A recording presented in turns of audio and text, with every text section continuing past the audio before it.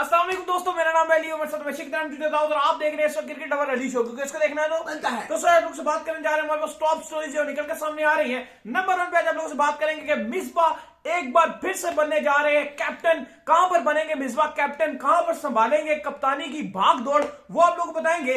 बात करेंगे अगर ऑस्ट्रेलिया जो है वो एक नया शिकंजा बनाने जा रहा है पाकिस्तान टूर के लिए। आज उनके चीफ सिलेक्टर ने आगे बता दिया है कौन से पेसर्स खिलाएंगे, वो आप लोग को बताएंगे।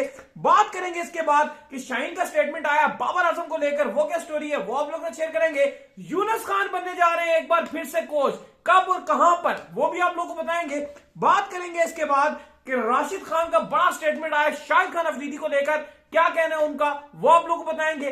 सरफराज का एक स्टेटमेंट आया है शाहिद खान अफरीदी के ऊपर, वो आप लोग को बताएंगे। अफरीदी का रिएक्शन आया है वो भी आप लोग को बताएंगे। सारी स्टोरीज जो है कवर करेंगे इसी वीडियो में। तो अगर आप हैं और चैनल पर नए और पहली दफा आए तो चैनल को लाजमी सब्सक्राइब करने और साथ के बेल आइकन ना भूलिएगा। तो बात का आगाज करते हैं नंबर 1 खबर के साथ जो कि हमारे पास आ रही है। तो जो नंबर 1 खबर आ रही है वो आ रही है मिसबाह के हवाले से कि मिसबाह साहब जो है वो फिर से पाकिस्तान टीम की कोचिंग संभालने वाले हैं लेजेंड्स लीग के अंदर, जहां पे हमने आपको बताया था 3 टीमें शरीक है। एक है एशियन 11, एक इंडिया की है, एक वर्ल्ड 11 है। तो इस तरह की जो टीमें हैं उनके अंदर अब मिसबाह जो है एशियन 11 की जो है कोचिंग संभाल रहे हैं जी। बिल्कुल, एशिया का शेड्यूल भी आ गया। जो ये लेजेंड्स लीग होगी, 3 कप्तान अनाउंस कर दिए गए हैं। जो rest of the world team है उसकी कप्तानी करेंगे डेरिन सेमी।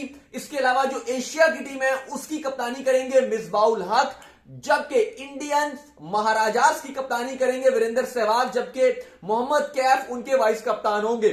शेड्यूल का भी ऐलान कर दिया गया, लेकिन बड़ी खबर यह है कि जो पाकिस्तान के बड़े नाम हैं लाइक शाहिद खान आफरीदी, कामरान अकमल, शोएब मलिक, मोहम्मद हफीज, जो पीएसएल में खेल रहे हैं वो इस लीग में इन एक्शन नजर नहीं आएंगे, क्योंकि शेड्यूल में कॉन्फ्लिक्ट आ रहा है।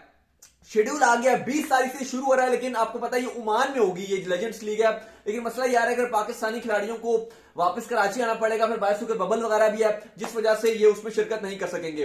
20 तारीख को पहला मैच खेला जाएगा इंडियन महाराजास का वर्सेस एशियन लॉयंस, यानी कि हमारा पाकिस्तान का और इंडिया का मैच खेला जाएगा, क्योंकि एशियंस में टोटली ज्यादातर पाकिस्तानी है। फिर कुछ श्रीलंकन है, जसूरिया हो गए, अच्छे खिलाड़ी हैं उनके, वो और 2-3 और है, दिलशान वगैरह, और फिर एक असगर अफगान है, बाकी ज्यादातर पाकिस्तानी है। जो 21 तारीख को दूसरा मैच खेला जाएगा वो वर्ल्ड जायंट्स, जिसका नाम दिया रेस्ट ऑफ जो वर्ल्ड है उसका नाम दिया गया वर्ल्ड जायंट्स, उनका और एशियन 11 का खेला जाएगा। फिर 22 तारीख को वर्ल्ड जायंट्स और इंडिया का खेला जाएगा। फिर 24 को एशिया लॉयंस और वर्ल्ड जायंट्स का खेला जाएगा। 26 तारीख को इंडियन महाराजास और फिर वर्ल्ड जायंट्स का खेला जाएगा, जबकि 27 तारीख को एशिया यानी कि पाकिस्तान वर्सेस इंडिया का मैच खेला जाएगा। तो तारीखें हैं 20, 21, 22, 24, 26 और 27, और फिर उसके बाद एक दिन के बाद जो फाइनल खेला जाएगा।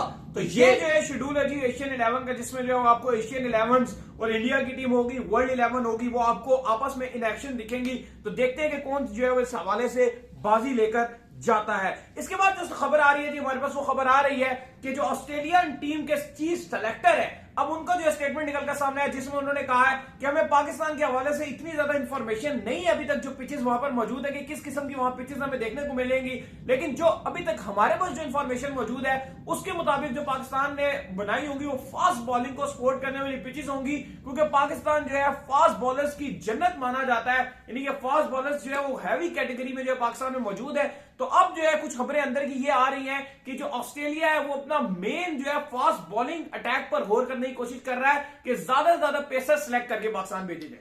ऑस्ट्रेलिया के क्रिकेट ऑस्ट्रेलिया के जो चीफ सिलेक्टर हैं जॉर्ज बेली, आज वो तस्मेनिया के साथ बात कर रहे थे, जो तस्मेनिया का बड़ा अखबार है, और जाहिर है और क्रिकेट ऑस्ट्रेलिया की जो सिलेक्शन कमेटी है उसने सर जोड़ लिए हैं, जिसकी हेड जो है वो जॉर्ज बेली हैं, और बाकी भी जो सिलेक्शन कमेटी है वो सर जोड़कर बैठी हुई है आजकल, और स्क्वाड बना रही है पाकिस्तान के अगेंस्ट। जो ऑस्ट्रेलिया ने ट्रैवल करना है उसके लिए अपने प्लेस शॉर्ट लिस्ट करना शुरू हो गई है, आज से उन्होंने अपनी कमर कस ली है। तस्मेनिया से जब बात कर रहे थे जॉर्ज बेली, तो उनसे पूछा गया कि आप जो स्क्वाड तैयार करेंगे उस पर आपका फोकस किस पर होगा। तो पहले तो उन्होंने कहा क्योंकि 1998 से पाकिस्तान का दौरा नहीं हुआ है ऑस्ट्रेलिया का, यानी कि ऑस्ट्रेलिया नहीं आई है पाकिस्तान 1998 के बाद से, 24 साल गुजर गए ऑस्ट्रेलिया को पाकिस्तान ना आए हुए। तो उन्होंने कहा कि हमें इतना विकेट का अंदाजा नहीं है कि वहां पर किस तरह के विकेट है, लेकिन उन्होंने कहा कि हमारा आइडिया यह है कि इंडिया की तरह वहां पर विकेट्स नहीं मिलेंगी आपको, लाइक उतनी स्लो विकेट्स नहीं मिलेंगी। आपको पेसर्स यहां पर हेल्प करते हुए दिखाई देंगे। और अगर आप पाकिस्तान की टीम की भी अगर स्क्वाड देखेंगे तो यहां पर भी तेज गेंदबाज होते हैं, जिसका मतलब यह है कि जो विकेट्स वो तैयार करेंगे वो सीमिंग कंडीशंस होंगी वहां पर। तो हमारा भी जो फोकस रहेगा, जाहिर है हमारी जो मतलब ऑस्ट्रेलिया के पॉइंट ऑफ व्यू से वो बात कर रहे थे जॉर्ज बेले कि हमारी जो स्ट्रेंथ है वो भी फास्ट बॉलर्स है, तो हमारा जो पूरा फोकस रहेगा इस दौरे पर वो अपने तेज गेंदबाजों पर रहेगा। स्पिनर जाहिर है जाएंगे, एक हाथ दो तो डालेंगे एटलीस्ट, क्योंकि आपको पता है कि आपने कराची में भी खेलना है, लाहौर में भी खेलना है। ठीक है, मेरा लिए माना है कि पिंडी वाली विकेट में आपको सीमिंग कंडीशन मिल सकती है, लेकिन लाहौर में और कराची में स्लो विकेट्स होंगी और स्पिनर का रोल ही ज्यादा रहेगा, आप जो भी कह दो। लेकिन पिंडी के अंदर जो पेस को जो है पूरी पिंडी में हेल्प मिलेगा पेसर्स को, लेकिन लाहौर कराची ऐसा होगा उस टाइम लाहौर कराची में नहीं मिलता भाई। लाहौर में तो, कराची में तो उल्टा, उसने बहुत गर्मी हो जाती है, स्लो विकेट होगा और टोटली स्पिनर्स शाजी, यासिर शाह, नुमान, अब आप कह लें वो मौसम चल रहा है जैसा यहाँ मार्च में नहीं चलता, यहाँ पे तो कुछ ज्यादा ही। वो दाऊद को भी अभी कह रहे थे थोड़ी देर पहले कि बहुत ठंड मुझे आजकल लगती है, तो यहाँ पे कुछ ज्यादा ही। मैं कह रहा था या आप कह रहे थे? आप बता रहे थे कि कितने एक नंबर के झूठे हैं यार। आपने खुद कहा कि मुझे बहुत ठंड लगती है, अभी मैं बाइक पे कहीं जाऊंगा उसके बाद मेरा क्या होगा। ये आप बता रहे थे, मैंने आपको मिसाल दी है कि अभी शो के बाद मैं बाइक में जो है वो घूमने जाऊंगा, ठंडी लगेगी, लेकिन आपने कहा यार आजकल बहुत ठंड हुई है, बच्चों को मैं पार्क लेके नहीं जा रहा, बच्चों को पार्क के लिए मैंने मना किया है। ठंड पिंडी में बहुत ज्यादा, ये सब और आपको ज्यादा लग रही है ये भी बताएं। वो तो लगती है सारी बात है, पिंडी में होगी तो मुझे भी तो लगेगी ना, इसमें कोई बड़ी बात।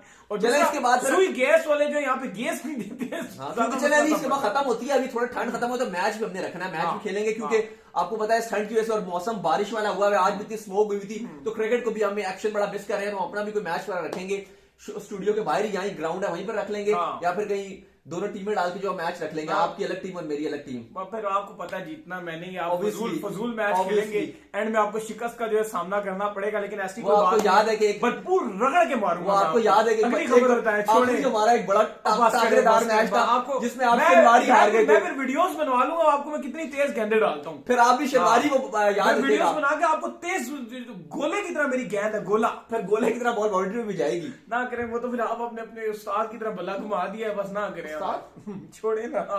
ठीक है, तो इसके बाद जो खबर आ रही है वो हमारे पास खबर ये निकल कर सामने आ रही है, शाहीन के हवाले से आ रही है कि शाहीन का बड़ा स्टेटमेंट आया है बाबर आजम को लेकर। पीएसएल के हवाले से बड़ा कॉम्पिटिटिव कंपटीशन देखने को मिलता है शाहीन और बाबर के दरमियान, जिस टाइम जो है पीएसएल स्टार्ट होती है, तो क्या स्टोरी है भैया? बिल्कुल, अभी शाहीन शाह अफरीदी ने बाबर आजम को खुलकर प्रेस किया और उन्होंने कहा कि मेरे और बाबर का बड़ा टाकरेदार मुकाबला होता है, और इस बार कराची और लाहौर दोनों की राइवलरी इतनी हार्ड है, तो शाहीन से बार बार पूछा जा रहा है कि भाईजान कराची और लाहौर की राइवलरी तो बहुत खतरनाक किस्म की राइवलरी है, तो इसको आप कैसे लेते हैं? तो शाहीन ने कहा कि बाबर जिस तरह का स्टाइलो प्लेयर है, बाबर जिस तरह की स्टाइलिश किस्म का खेलता है, वो कहते हैं जब भी बाबर और मेरा मुकाबला होता है तो बाबर हमेशा मुझसे आगे निकल जाता है, और बाबर के अंदर पूरी सलाहियत है कि वो ग्राउंड के चारों खाने, आप कह रहे हैं 360 डिग्री में मुझे जो है वो बाउंड्रीज मार सकता है, लेकिन वो कहते हैं कि मैं पूरी कोशिश करूंगा कि बाबर को अच्छी गेंदबाजी करूंगा और बाबर को काबू में कर सकूं। लेकिन उन्होंने बाबर की खुलकर तारीफ की और वो कहते हैं कि सबसे ज्यादा मुश्किल बैटर इस पीएसएल का बाबर आजम है। सही बात है। इसके बाद जो खबर आ रही है जी वो आ रही है यूनुस खान के हवाले से। तो यूनुस खान एक बार फिर से जो है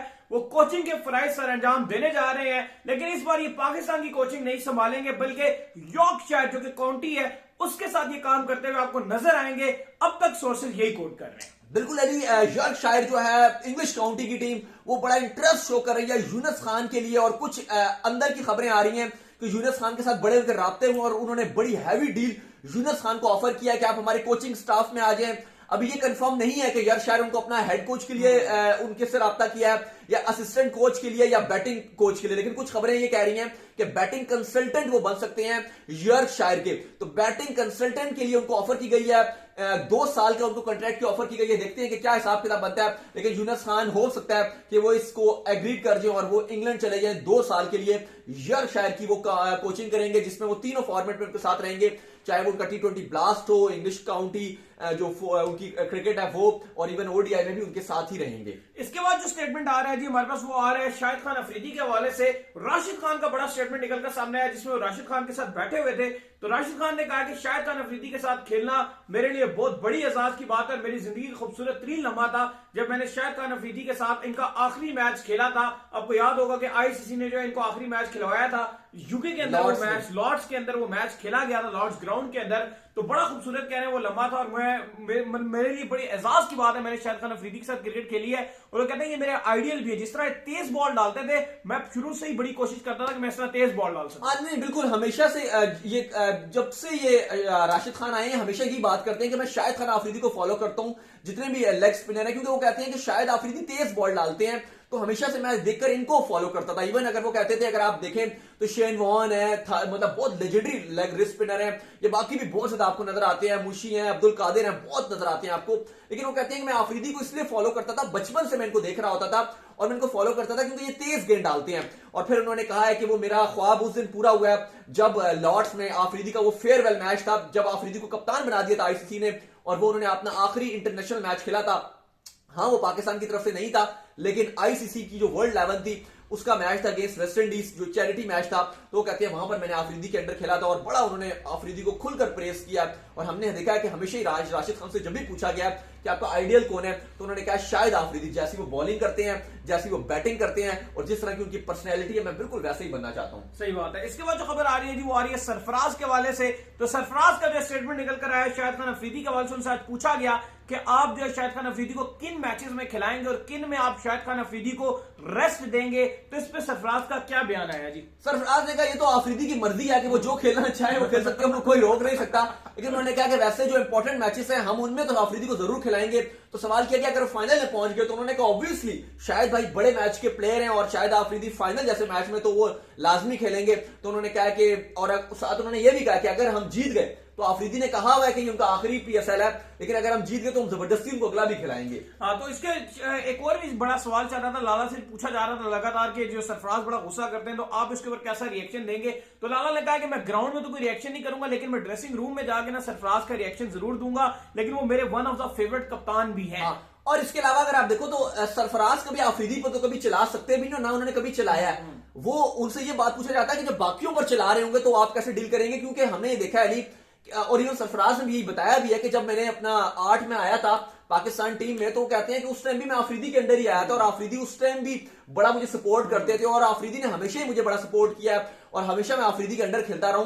तो ऐसी तो कोई बात नहीं है, लेकिन वही है कि अफरीदी ये कहती है कि जब ये बाकियों को या यंगस्टर्स पे गुस्सा करेंगे सरफराज, तो उस समय इनको काबू करूंगा। इसके बाद जो खबर आ रही है जी हमारे पास, वो आ रही है रबाडा के हवाले से। तो साउथ अफ्रीका ने, आपको पता है, टेस्ट सीरीज इंडिया के खिलाफ जीत ली थी साउथ अफ्रीका के अंदर। अब कल से जो आगाज होने जा रहा है साउथ अफ्रीका और इंडिया की ओडीआई सीरीज का भी, और ये टेलीकास्ट हो रही है टीवी स्पोर्ट्स पर, जो है आप इसको लाइव भी देख सकते हैं। लेकिन साउथ अफ्रीका को लगा है बड़ा धचका, अब धचका कह लें, उन्होंने खुद जो है वो रिलीफ दे दी है। रबाडा को उन्होंने जो रेस्ट करवा दी है इंडिया के अगेंस्ट ओडीआई सीरीज में, ये कहकर कि जो आगे उनका न्यूजीलैंड का टूर है उसके लिए हमें ये रबाडा चाहिए जी। बिल्कुल, उनका ये मानना था कि पूरे साल क्रिकेट खेल रहे थे रबाडा, और अभी उनको लगातार खिलाना खतरनाक हो सकता था। तो जो अगली वाली सीरीज है न्यूजीलैंड के लिए, हम चाहते हैं उसके लिए ये आराम कर लें और फिर उसमें ताजा दम होकर जो है वो वापस आए। तो इसलिए रबाडा को छुट्टी दे दी गई है कि आप 3 ओडीआईस में आप नहीं होंगे, बल्कि आप जाएं और अपनी फैमिली के साथ टाइम गुजारिए और उसके बाद अपने आप को प्रिपेयर कीजिए जो न्यूजीलैंड के साथ आपकी टेस्ट सीरीज है, क्योंकि वो ज्यादा इंपॉर्टेंट है। ओडीआईस में तो बाकी भी खेल लेंगे, क्योंकि अभी आपको पता है इतनी अहमियत नहीं है ओडीआईस की।